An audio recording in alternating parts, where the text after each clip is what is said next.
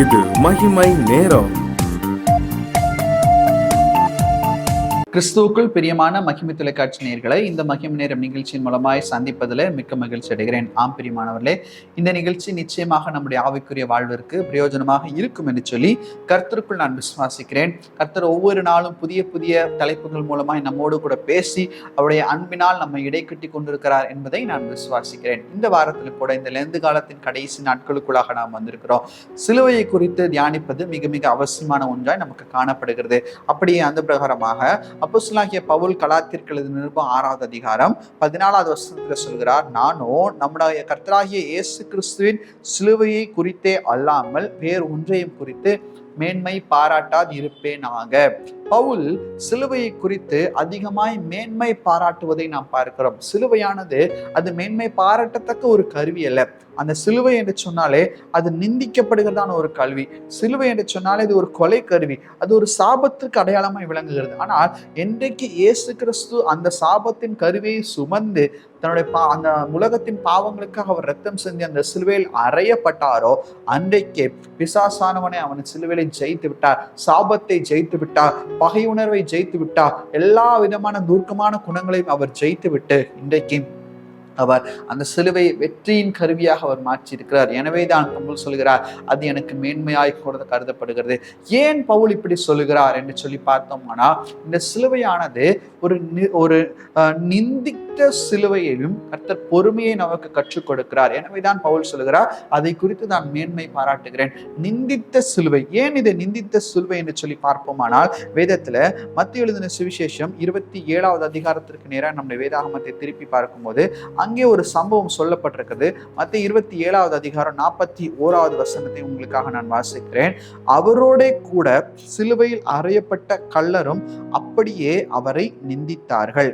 அவரோடு 44வது வசனம், அவரோட கூட சிலுவையில் அறையப்பட்ட கள்ளரும் அப்படி அவரை நிந்தித்தார். 41வது வசனம், அப்படியே பிரதான ஆசாரியரும் வேதபாரகரும் மூப்பரும் பரியாசம் பண்ணி மற்றவர்களை ரட்சித்தான், தன்னைத்தான் ரட்சித்துக் கொள்ள திராணி இல்லை, இவன் இஸ்ரவேலின் ராஜாவானால் இப்பொழுது சிலுவையிலிருந்து இறங்கி வரட்டும், அப்பொழுது இவனை விசுவாசிப்போம் என்று சொல்லி நிந்தித்தார்கள். யோசித்து பாருங்கள், ஆண்டவராய் இயேசு கிறிஸ்து அகோர பாடுபட்டவராய் அவர் சிலுவையில தொங்கிக் கொண்டிருக்கிறார். அவருடைய ரத்தம் சொட்டு சொட்டாக வடிந்து கொண்டிருக்கிறது. அவருடைய உயிர் வானத்திற்கும் பூமிக்குமாக இடையில நின்று கொண்டிருக்கிறது. இப்படிப்பட்டதான ஒரு சூழலை அவர் மனுஷீக தன்மையில காணப்படுகிறார். எனவே அவருக்கு அவ்வளவு வலி, அவ்வளவு வேதனை. இது எல்லாவற்றின் மத்தியிலும் இயேசு கிறிஸ்துவை அதெல்லாம் பெரிய வேதனை, ஒரு வேதனை என்ன இருக்கிறது, அவரை சுற்றி இருந்தவர்கள் அவரை நிந்திக்க ஆரம்பிக்கிறார்கள், அவரை பரியாசம் பண்ண ஆரம்பிக்கிறார்கள், அவரை குறித்ததான காரியங்களை அவர்கள் ஒவ்வொன்றாய் பேச ஆரம்பிக்கிறார்கள். உலகத்திற்கு ஒரு அபாத்திரமான பேச்சு பொருளாய் ஆண்டவர் விளங்குவதை நாம் பார்க்கிறோம். அப்படிப்பட்டதான ஒரு சூழ்நிலை இன்னைக்கு ஆண்டவரிடத்துல காணப்படுகிறது. பிரியமானவர்களே, இன்னைக்கு இந்த சூழ்நிலையின் மத்தியிலே காணப்படுகிறதான இயேசு கிறிஸ்து, ஆனால் அவர் என்ன செய்யவில்லை, அதற்கு எந்த விதமான பதிலும் கொடுக்கவில்லை. பாருங்கள், நிந்தனைகளின் மத்தியிலே காணப்படுகிறதான ஒரு அனுபவத்திற்குள்ளாக கர்த்தர் மாட்டிக்கொள்கிறார். அப்படி அவர் என்ன செய்தார்? அவர் ஒன்றுமே செய்யவில்லை, உலகத்திற்கு நன்மையை மாத்திரம் செய்தார். ஆனால் நன்மை செய்ததான அந்த இயேசு கிறிஸ்துவையே இப்பொழுது இந்த உலகத்தின் ஜனங்கள் அவர்கள் நிந்திக்க ஆரம்பிக்கிறார்கள். பிரியமானவர்கள், இன்னைக்கு நம்முடைய வாழ்க்கையை சற்று யோசித்து பார்ப்போம். இதே நிந்தனைக்குரிய காரியங்கள் நமக்கு காணப்படுகிறதா? அப்ப சங்கீதத்துல நான் வாசிக்கிற 1வது சங்கீதத்துல, துன்மார்க்குடைய ஆலோசனையில் நாம் நவாமலும் பாவிகளுடைய வழியில் நில்லாமலும் பரியாசக்காரர் உட்காரும் இடத்தில் உட்காராமலும் என்று சொல்லப்படுகிறது. பரியாசக்காரர் உட்காரும் இடத்தில் உட்காராமலும். இப்போது பாருங்கள், இந்த சிலுவையை சுற்றிலும் ஆண்டவரை பரியாசம் செய்கிறவர்கள் நின்று கொண்டிருக்கிறார்கள். அவர்களோடு கூட ஒருவர் செய்ய ஆரம்பித்த செயலை மற்றவர்கள் செய்ய ஆரம்பிக்கிறார்கள். ஆனால் இன்னைக்கு நம்முடைய வாழ்க்கையில இதை செய்ய கூடாது என்பதை கர்த்தர் எதிர்பார்க்கிறார். நாம் மற்றவர்களை நிந்திக்காதபடிக்கு, இந்த நிந்தனையின் வார்த்தைகள் நம்மிடத்துல பிறவாதபடிக்கு நாம் மிக மிக எச்சரிக்கையாய் காணப்பட வேண்டும். இந்த கல்வனை குறித்து பார்க்கும்போது, இந்த கல்வனும் அவரை நிந்தித்தான், கல்வனும் என்று சொல்லப்பட்டிருக்கிறது.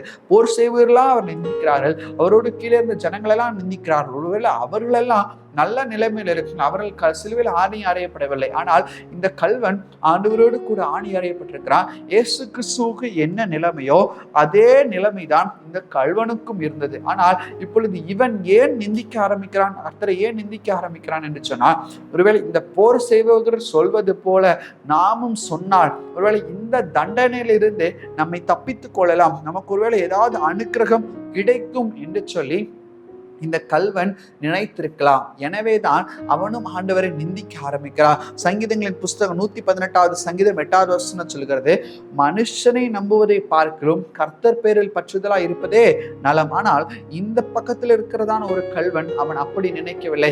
அவருடைய நிந்தனைகள், அவருடைய பாடுகளை அவர் பார்க்கிறான். இவன் அவனுடைய கண்களுக்கு ஆண்டவர் உலகத்தை ரட்சிக்கிறவராய் கூட காணப்படுகிறார். எனவேதான் அவன் சொல்கிறான், ஆண்டவரே இன்றைக்கு நீர் வரும்போது என்னை ராஜ்யத்தில் நினைத்துள்ளும் என்று சொல்கிறான். ஆனால் மறுபக்கத்தில் இருந்த கல்வனோ அப்படி அவன் நினைக்கவில்லை. அவன் உலகத்தை பார்க்கிறான், அவன் மனுஷனை பார்க்கிறான், மனுஷனோடு கூட சேர்ந்து கொள்கிறான், மனுஷனோடு கூட கையிட்டுக் கொள்கிறான். இப்படியெல்லாம் அவன் செய்தது நிமித்தமாக என்ன நடந்தது? ஒருவன் ஆண்டவருடைய ராஜ்யத்துக்குள் பிரவேசித்தான். அந்த நிந்தித்தவனோ அவன் கைவிடப்படுகிறான். பிரியமானவர்களே, இன்னைக்கு இந்த மாதிரி செயல்களை நாம் செய்து கொண்டிருக்கிறோமா? ஒருவரோடு கூட ஒருவர் சேர்ந்து ஒருவர் இல்லாத இடத்துல அவரை பற்றி பேசி, அவரை பற்றி தூஷணமான வார்த்தைகளை பேசி, அவரை பற்றி கெடுத்து பேசி, அவரை பற்றி நிந்தித்து பேசிக் கொண்டிருக்கிறோமா? ஒருவருக்கு பின்பாக நாம் பேசிக் கொண்டிருக்கிறோமா? இப்படியெல்லாம் நாம் இருந்தால் நாமும் இந்த கல்வனை போன்று காணப்படுகிறோம். அப்படி காணப்படுவோமானால் நமக்கு இந்த சிலுவை மேன்மையாகவே தெரியாது. ஆனால் அப்படி இல்லாதபடிக்கு உண்மையாகவே இந்த ஆண்டவராய் இயேசு கிறிஸ்து எதற்காக இது வந்தார் என்பதை நோக்கி பார்த்தோமானால் இந்த சிலுவையானது நமக்கு மேன்மையாக தெரியும். பிரியமானவர்களே, பரியாசக்காரர் உட்காரும் இடத்துல நாம் உட்காராதபடிக்கு மிக மிக நாம் ஜாக்கிரதை உள்ளவர்களாய் கூட நாம் காணப்பட வேண்டும். நாம் ஒருவேளை உபத்திரவத்துக்கு உட்படலாம். ஆனால் உபத்திரவத்துக்கு உட்பட்டாலும் கூட யோபுவை குறித்து நாம் பார்க்கிறோம், எவ்வளவு உபத்திரவத்துக்கு உட்பட்டார். ஆனால் அவர் ஒரு வார்த்தை கூட ஆண்டவரை குறித்து நிந்தனையான வார்த்தைகளை அவர் பேசவில்லை. பிரியமானவர்களே, யோசித்து பாருங்கள், எவ்வளவு ஆழமான ஒரு காயங்களை அது ஆண்டவருடைய இருதயத்துக்குள்ளாக ஏற்படுத்தி நாம் பேசக்கூடிய ஒவ்வொரு வார்த்தைக்காகவும் அவர் தன்னுடைய பார்க்கிறவராய் கூட காணப்படுகிறார். வேதத்துல நாவை குறித்து பார்க்கும்போது நாவானது ஒரு காட்டை கொளுத்துகிறதான தீக்குளுத்தியை போல் இருக்கிறது. ஒரு சின்ன ஒரு வார்த்தை அது ஒரு பெரிய காடையே கொளுத்துகிறது போன்றதான ஒரு அதிகாரமுள்ள வார்த்தையாய் கூட காணப்படுகிறது என்று சொல்லி வேதத்துல நாம் வாசிக்கிறோம். பிரியமானவர்களே, இன்னைக்கு நம்முடைய வாழ்க்கையில இப்படிப்பட்டதான நிந்திக்கிறதான செயல்கள் காணப்படாதபடிக்கு எச்சரிக்கையா இருக்க வேண்டும் என்று சொல்லி கர்த்தர் எதிர்பார்க்கிறார். பவுல் அவருடைய வாழ்க்கையை குறித்து பார்க்கும்போது ஆண்டவர் இயேசு கிறிஸ்துவுக்கு முன் பின் என்று சொல்லி அவருடைய வாழ்க்கையை பிரிக்கலாம். முன்னான வாழ்க்கை எப்படிப்பட்டதா இருந்தது? எல்லாரையும் அடிக்கிறதான வாழ்க்கை, துன்புறுத்துகிறதான வாழ்க்கை, அவருடைய வாயிலிருந்து வருகிறதான வார்த்தைகள் மற்றவர்களை நிந்தித்ததான வாழ்க்கை.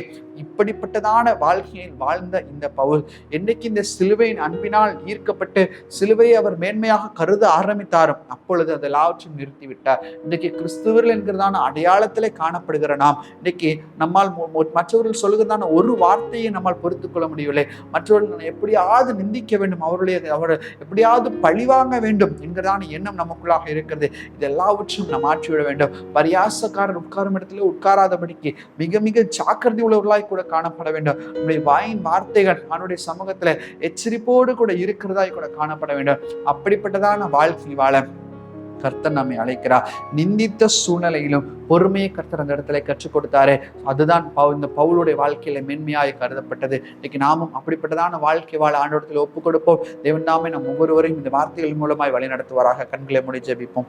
பரலோகத்தின் நல்ல தகப்பனே, இந்த நாளில் கொடுத்த கிருபைகளுக்காக நன்றி சுவாமி. அப்பா, இந்த நாளிலும் கூட ஆண்டவரே தகப்பனே, நிந்தித்த சிலுவையின் மத்தியில் நீர் பொறுமையை எங்களுக்கு கற்றுக் கொடுத்தீர். உமக்கு நாங்கள் நன்றி செலுத்துகிறோம். நாங்களும் கூட பிறரை நிந்திக்காதபடிக்கு ஆண்டவரே எங்கள் வாயின் வார்த்தைகள் ஆண்டவரே தூய்மையா இருக்கட்டும். இந்த லெந்து காலங்கள்ல எங்கள் வாயின் வார்த்தைகளை நீர் பரிசுத்தப்படுத்த முடியாது ஜெபிக்கிறோம். நாவை குறித்து நீர் எங்களோடு கூட பேசி இருக்கிறீர். உமக்கு நாங்கள் நன்றி செலுத்துகிறோம். ஆண்டவரே சப்பா, ஆண்டவரே உம்மை நிந்தித்த போது தகப்பனே நீருடைய காயங்களை பார்க்கிறவராக இருக்கிறீர். அந்த அன்பை நாங்கள் உணர்ந்து கொள்ளுகிறோம். ஆண்டவரே சப்பா, நாங்கள் எங்களுடைய வாயின் வார்த்தைகளில் அதிகமாக உங்களை துன்பப்படுத்தாதபடிக்கு ஆண்டவரே உம்முடைய அன்பை நாங்கள் புரிந்து கொண்டு செயல்பட உதவி செய்ய முடியாது ஜெபிக்கிறோம். அப்பா, நீங்க அப்படி பாராட்டுகிற கிருபைகளுக்காக நன்றி. உமக்கே துதிகன மகிமை எடுக்கிறோம். இப்ப நம்ம மூலம் ஜெபிக்கிறோம். எங்கள் ஜெபங்களை நல்ல பிதாவே, ஆமென்.